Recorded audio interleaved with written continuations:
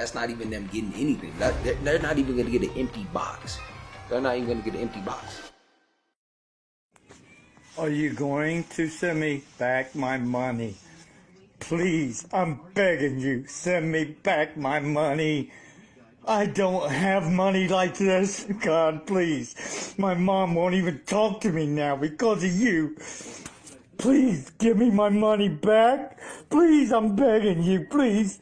God damn it, please, please, I'm begging you. God, please, please, give me my money back. Today I'm going to break down the most popular scams that are currently happening right now, here today in 2023, so you can be aware, know about them, and avoid getting scammed yourself. Now, each and every day we are progressing towards a more and more technology-based society. And with technology and innovation comes new opportunities and new vulnerabilities for individuals and businesses alike. And as we all know, artificial intelligence has become a hot topic this year, as many companies have started to implement artificial intelligence into their systems, whether that's through data processing or their own security protocols. And one of the craziest and potentially very dangerous scams that is happening here today is voice cloning. Now, voice cloning is particularly important because it's relatively new technology.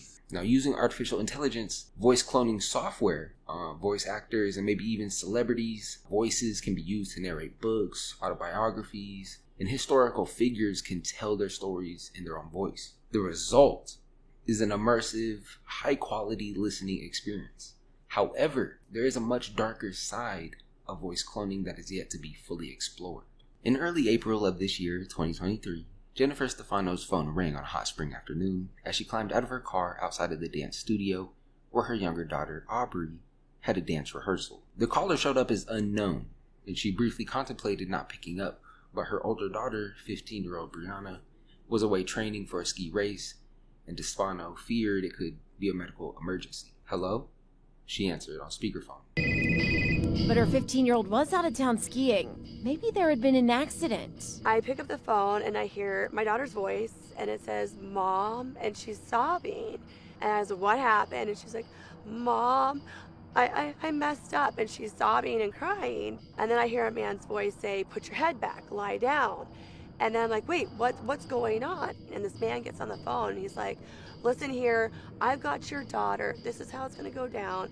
You call the police, you call anybody. I'm gonna pop her stomach so full of drugs, I'm gonna have my way with her and I'll drop her off in Mexico."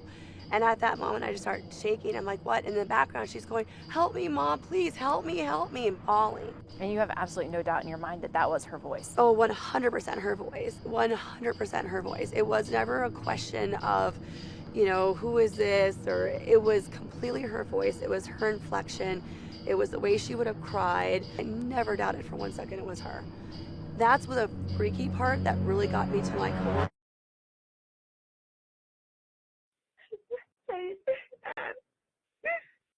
He had an accident. Who's this? Oh my God, it's David. Who's this? The dad? Hello? It's me, your daughter. Who? Leah? It's me, Dad. Who else? Is this Leah? Yes. Okay, Oh my I God. couldn't tell, and from the number, I didn't hang up, you hung up. No, I don't understand. This is your profession, is kidnapping people. Is that what you're saying? That's exactly what I'm saying. That's exactly what I'm telling you, Paul. You can either respect that, or simply I'm gonna just go ahead and hang up the call, and I'll be a rapist for today. How about that? I'll rape your daughter, and I'll take her with me. I won't even leave her body for you to Are bury. you by yourself? Who was the confrontation? We're not gonna meet anywhere right now. Like I'm telling you, I want you to tell me how much money you have. How much money are you able to come up with?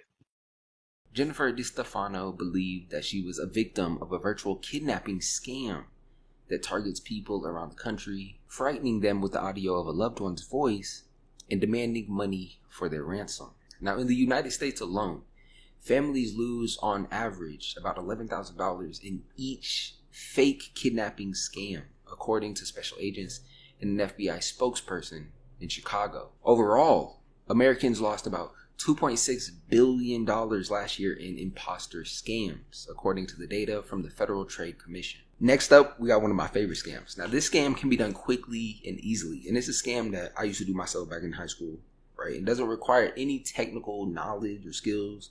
and it can be done by anyone. That is the weed switch scam, right? Now, this scam has been happening since humans started growing weed themselves, right? So it's not exposing. Everybody knows about this. But basically what happens is you order some packs online, right? Some Runs packs, some Gelato packs. The most expensive Top Show, some Loud Dream, something like that. And then you essentially buy some regular weed from, local dispensary or maybe plug in the hood. And then the weed that you get from dude, you put in the Runs pack and you sell it as Runs. But it's really a whoop. Now, this is also a way to smoke good gas for free, right? Essentially, you're selling booth as Za, right? So you buy a pack of some Zaza and you buy regular weed too. And you take the Zaza out. That's for you to smoke. And you put the booth in the Za pack and you sell it as Za. So for example, there's some weed called Blueberry Cruffin. It's expensive, has vibrant blue spots on it instead of it just being like regular green weed. Now, in order for marijuana plants to turn blue or purplish, right, they need to have the right genetics. Ideally, you want to look for seeds that come from plants that contain a high concentration of anthocyanin, which is a water-soluble volcular pigment that either comes out, depending on the pH, may appear red, purple, black, or maybe even blue, just like Blueberry Cruffin. But when I was in high school, my friends and I, we were keen on growing bluish and purplish strains of marijuana because we could sell it as Blueberry Cruffin and make a lot of money. Right now I live in Colorado, so it's perfectly legal to grow cannabis out here. So my friend Jordan, at the time, his parents had a grow farm on their property, right? And we would always, head over to their place after school and help them trim. Now, some of the cheapest blue and purplish strains include Blueberry Haze, Granddaddy Perp, and Purple Urkel. So what we would do is we would get the seeds of these plants, right, for cheap. And we would grow these strains. And using the strain with genetics from any of these varieties of plants is a good start if you're looking to grow, a bluish or purplish strain of marijuana yourself. Didn't always come out perfect, but with the help of Jordan's dad, we were able to, grow marijuana that was identical to Blueberry Cruffin. So we then had pounds of this stuff, right? And we grew it for relatively cheap. And we sold it as Blueberry Cruffin and made thousands of dollars. Now, one thing about it was, like I mentioned, we live in Colorado. So anyone could compare our weed, to the real Blueberry Cruffin, right? All they had to do was just go to the dispensary, get someone to go to the dispensary, get some real Blueberry Cruffin, and they could actually compare it. They would automatically be able to tell that, our weed didn't smell the same as Blueberry Cruffin. So the scam only lasted for so long before dudes, started to find out we were capping. Eventually, everyone found out we were selling homegrown, but it was good homegrown. So it wasn't too big of an issue. I just wish we could have found some real Blueberry Cruffin seeds and grew that ourselves. Because that was definitely my favorite strain back in the day. But nowadays, Loud Dream is like the best smelling, best tasting weed I've ever had. Next is identity theft.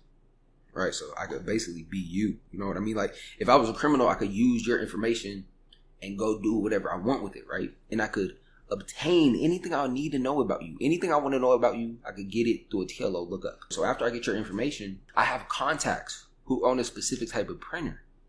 And they can essentially print IDs, right? Fake IDs, which come out perfect, just like real identification cards with professional laminate that is used to seal the UV imagery and also protect the card from being damaged. And they even pass the bend test, right? So if you take the card and you gently bend it into a U shape, if the card is fake, the laminate will start to bubble due to a cheap laminate. We know the exact material to use to prevent this. Then you have the re-rock scam, which is where, identity theft comes into play, because you can basically get someone's information and then you could essentially know when they're getting paid, right? So you can't send the money to yourself from their bank account, but you can log in and see, okay, dude just got paid.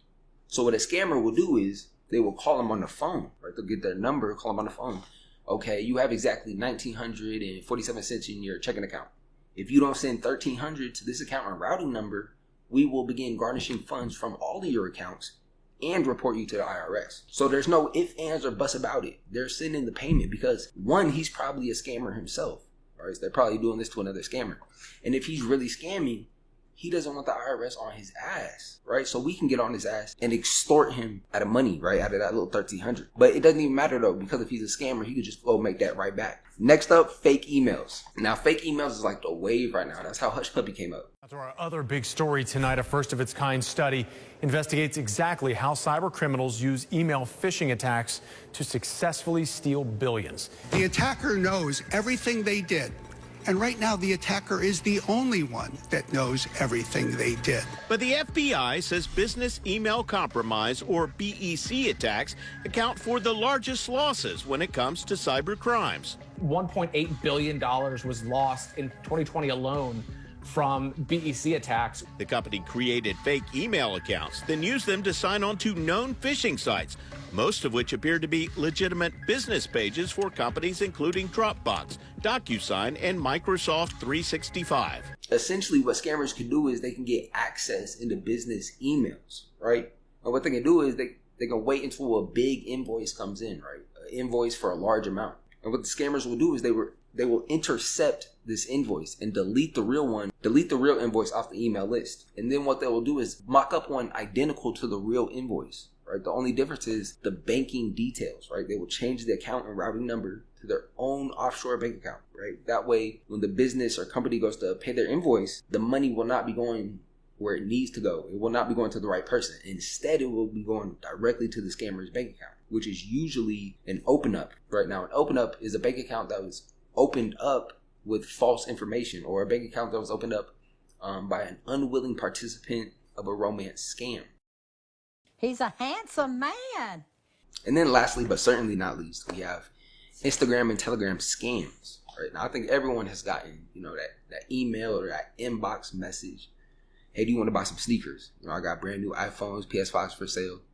Basically, people are making fake Instagrams and posting it. Hey, I got sneakers for sale, Xbox consoles, everything. And what they'll do is they'll buy a shout out from a big page, right? So then a bunch of people will flood over to their page. They'll begin to get inboxes directly from people asking questions about items that they're interested in. That's when the scammer can basically make the play, right? So you give them a firm price, they'll give them a firm price. But they'll tell them, hey, if you buy multiple items, I'll throw you a nice discount, right? Now, this is how scammers get a little more money out of their victims, because the victim will feel like, shit, instead of just buying one PS5, for $650, I can grab two right now off dude for $1,000. And that's when the scammers will finesse. That's not even them getting anything. They're not even going to get an empty box. They're not even going to get an empty box. Then you got sneakers. Now, I remember once upon a time, there was a Jordan shoe that was selling. They were hot too, right? Everyone was grabbing them. And if you had a dead stock pair, you could get them off in about 5 minutes off Go, off any app, any sneaker selling app, right? $300 above retail. People were willing to pay that, right? Because I don't even know why. They were just going like crazy. And those were the Cherry 11 lows. Also the military black 4s. Everyone wanted the Cherry 11s, but everyone in my high school at the time wanted the military 4s. I don't know why. But only me and a few other dudes at the time in my school had them. They were sold out everywhere else. And me being a nerd at the time, and I was also heavy into the sneaker wave, I basically created a bot that would essentially purchase 2 pairs in my size 9. I was size 9 at the time. I'm size 11 now. But at the time I was size 9. And I had a bot that would buy 2 pairs in my size as soon as they dropped. That way I could take a picture and promote them, making it look like I have multiple pairs when in reality I only had 2 pairs. So I would act like I had all these Cherry 11 lows, right? Everyone sending me cash apps for them. So I ended up making like $4,000 off 2 pairs of shoes in one day. We did the same thing with MacBooks, Apple Watches. I mean, everything was going at the time.